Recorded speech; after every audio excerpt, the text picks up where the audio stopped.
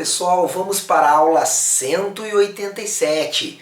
A aula de hoje, muito importante, princípio da conservação da quantidade de movimento do sistema. Então, princípio, importante, um princípio da conservação da quantidade de movimento, conservação da quantidade de movimento. Olha só o que eu vou dizer, quantidade de movimento do sistema. Como assim do sistema? É que nas aulas anteriores nós vimos a forças atuando, né? E impulso e quantidade de movimento de um corpo apenas. Agora nós vamos ter mais de um corpo. Sempre que a gente se refere a sistema, nós estamos nos referindo a dois ou mais corpos. Tá? Então eu vou ter mais de um corpo envolvido. Bom, o que vai acontecer aqui? Nós vamos começar assim, nós vamos começar com a situação mais importante do princípio da conservação da quantidade de movimento, que é a situação de uma colisão. Nós vamos até utilizar o mesmo exemplo do livro, em que tem uma bola A que está em movimento aqui, VA, com mais movimento do que uma bola B, ou seja, ela vai alcançar a bola B.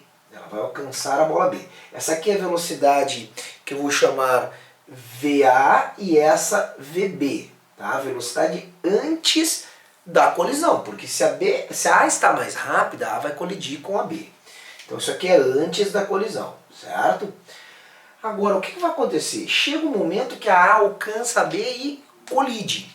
Então vamos colocar aqui a situação durante a colisão, que é uma situação importante de análise.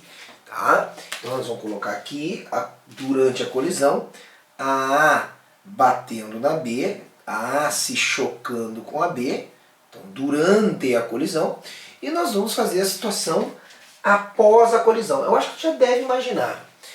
A que bateu atrás, ela vai dar uma freadinha. Tu vai ver que dependendo da situação ela pode até inverter o sentido. Tá? Então a A vai dar uma diminuída. Vai para um VA, linha.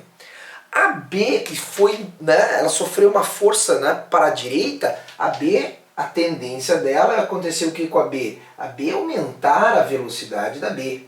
Certo? Então isso aqui é após a colisão. Vamos analisar essa situação aqui que é importante. A situação é a A bate na B, a A faz força na B para a direita, horizontal para a direita, a A faz força em B. Mas quando A faz força em B, B faz força em A. Nós sabemos isso porque nós sabemos da lei da ação e reação. A faz força em B, B faz força em A. Bom, nós sabemos as características de ação e reação. Nós sabemos que ação e reação têm mesmo módulo, mesma direção, ó, direção horizontal e sentidos contrários, certo? E estão atuando em corpos diferentes. Bom, como é que nós escrevemos isso vetorialmente? Nós escrevemos isso assim, ó, FAB vai ser igual a menos FBA. Ou seja, eu estou escrevendo vetorialmente, esse vetor e esse vetor têm mesmo módulo, mesma direção, e o sinal de menos, sentidos contrários. Tá? Então, isso aqui, de onde é que vem isso? De onde é que vem isso? Terceira lei de Newton, ação e reação. Por isso que FAB vetorialmente é igual a menos FBA. Bom, na aula passada nós aprendemos uma grandeza chamada impulso. O impulso de uma força constante era quando o quê? Quando uma força era aplicada durante certo tempo. Agora, eu perguntei uma força aplicada durante certo tempo ou não tem? A fica empurrando a B e a B fica segurando a A. Então tem uma força? Tem. Ela está sendo aplicada? Está sendo. Vocês concordam que o tempo que a A fica empurrando a B é o mesmo tempo que a B fica empurrando a A? Então se eu multiplicar os dois lados por ΔT, sendo que ΔT aqui vai ser o quê? ΔT é o tempo de colisão, é o tempo. Nesse caso eu usei como exemplo colisão, depois a gente até vai generalizar para outras situações. Mas força vezes ΔT não é impulso? Olha que interessante. O impulso que a A fez na B é igual ao impulso que a B fez na A em módulo direção, e o sentido é contrário. Mas quer dizer então, professor, que a mesma terceira lei de Newton para força eu posso falar para impulso? Pode, claro. Só vai o ΔT é o tempo de aplicação da força, então fechou certinho aqui. É a versão da terceira lei de Newton, só que para impulso. Mas nós aprendemos também o teorema do impulso, e nas aulas passadas. Como é que era o teorema do impulso? O impulso da força resultante é a variação na quantidade de movimento. Impulso que A fez em B. O que o impulso que A fez em B fez? O impulso que A fez em B fez variar a quantidade de movimento do B. Porque foi o impulso que A fez em B é igual a menos, e o impulso que B fez em A é igual a variação na quantidade de movimento do A. Interessante, né? Então os dois variaram a mesma quantidade de movimento, sim, só que em sentido contrário. Um variou num sentido, outro variou no sentido contrário. Mas em módulo são iguais as variações da quantidade de movimento. Mas o que é a quantidade de movimento do B? Não é a quantidade de movimento final do B menos a quantidade de movimento inicial do B? Aqui eu chamei a final de linha. Eu não botei aqui, VA' e VB', e antes VA e VB, vetorial. Então, quantidade de movimento final menos inicial do B igual a menos... O que é a variação da quantidade de movimento do A? É a quantidade de movimento do A final menos quantidade de movimento inicial do A. Agora o seguinte, olha só o que nós temos.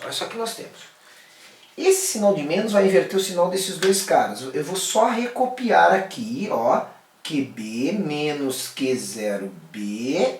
Vou inverter o sinal desses dois. Então, menos QA, menos com menos, mais quantidade de movimento inicial do A. Vê que eu estou deixando os vetores ali em cima. É vetorial, todo esse nosso desenvolvimento é vetorial. Agora, olha a troca que eu vou fazer. Eu vou pegar esse menos QA e vou tocar para cá. E vou pegar esse menos Q0B e vou jogar para cá. Então olha aqui como é que vai ficar. QA, né, porque era menos QA, vem para cá como mais QA. Mais QB é igual a Q0 do A mais, era menos Q0B, vai como mais Q0B. Olha só. Somar a quantidade de movimento final do A mais do B é igual a somar a quantidade de movimento inicial do A mais do B. Agora, como é que nós chamamos, eu não tinha falado de propósito, agora eu vou falar, como é que nós chamamos o A e o B juntos? Chamamos de sistema. Interessante. Então, se eu pegar, olha só, somar a quantidade de movimento do A mais do B, é a quantidade de movimento do sistema. Quando? Depois da colisão, terá que ser a quantidade de movimento do sistema quando?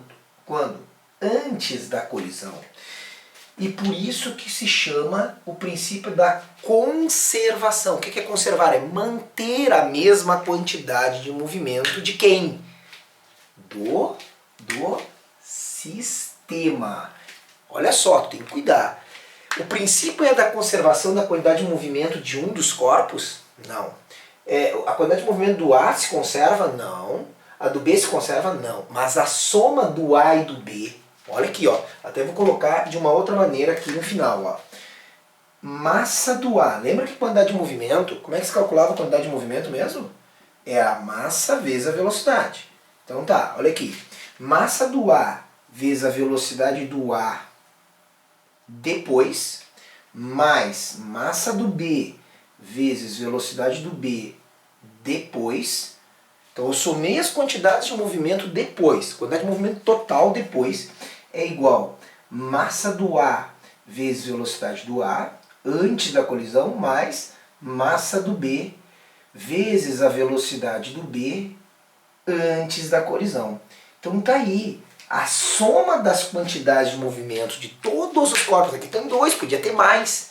A soma da quantidade de movimento dos corpos depois da colisão é igual à soma da quantidade de movimento dos corpos antes da colisão. Ou antes é igual a depois, tanto faz. Porque se conserva a quantidade de movimento do sistema.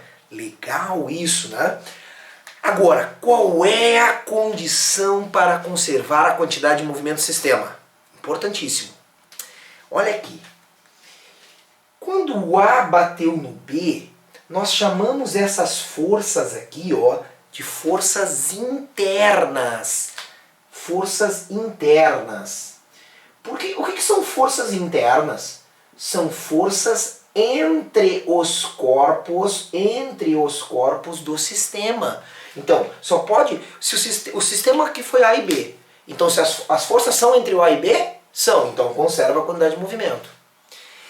Não pode ter forças externas ao sistema. Até pode ter, mas olha a condição aqui, ó, olha a condição. Para conservar a quantidade de movimento do sistema, vou sublinhar tudo aqui e vou puxar uma seta. É necessário que a força resultantes externas sejam nulas. Como assim forças resultantes externas? Eu não posso ter forças resultantes externas. Eu só posso ter o quê? Internas. O que são forças internas? Entre os corpos. Porque se houver resultantes externas, não conservará a quantidade de movimento do sistema. Então, olha a condição. Eu falei que para conservar a quantidade de movimento do sistema não pode ter atrito? Eu falei isso? Não falei. Ah, poderá conservar a quantidade de movimento com atrito? Pode. Claro que pode, porque não é essa a condição. Nota que não ter atrito é a condição de conservar a energia mecânica. Isso é uma coisa. Aqui a condição é...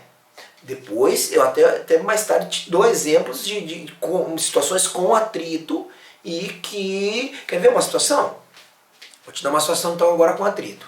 Uma pessoa em cima de uma canoa. Sistema é pessoa, canoa. O que acontece? Vou fazer aqui bem no cantinho, ó, só para deixar claro isso. Tem uma canoa aqui, tá? Tem uma pessoa aqui numa extremidade da canoa. Eu pergunto, se o sistema é pessoa mais canoa. Esse é o sistema, pessoa mais canoa. Quando a pessoa caminha, lembra o que é caminhar? Caminhar é a pessoa empurra o chão empurra a pessoa. Só que se a pessoa está caminhando em cima da canoa, o chão da pessoa é a própria canoa. Então, o que vai acontecer? Nesse sistema, canoa-pessoa, conserva ou não conserva a quantidade de movimento? Conserva. Por quê? Porque pessoa faz força na canoa para trás, canoa faz força na pessoa para frente. Então irá conservar a quantidade de movimento? Irá, mesmo tendo atrito entre o pé e a canoa. Então, qual é a condição para conservar a quantidade de movimento do sistema? Somente ter forças internas. O que são internas? Entre os corpos do sistema. Não pode ter resultante externo. Daí, sempre que isso acontecer, o que eu vou ter? Que a soma das quantidades de movimento antes de um evento é igual à soma das quantidades de movimento depois desse evento. Que evento? Evento que não houve forças resultantes externas, só internas. O maior de todos os eventos é a colisão. Porque na colisão eu tenho força somente entre os corpos do sistema. Essa aula é bem importante, então é o princípio da conservação da quantidade de movimento, tá? Então a aula está encerrada, tá? Encerrada. Isso aqui até, ó, antes de encerrar a aula, isso aqui é chamado de sistema fechado ou isolado, só tem força entre os corpos, tá? A aula está encerrada. Próxima aula e aquele abraço.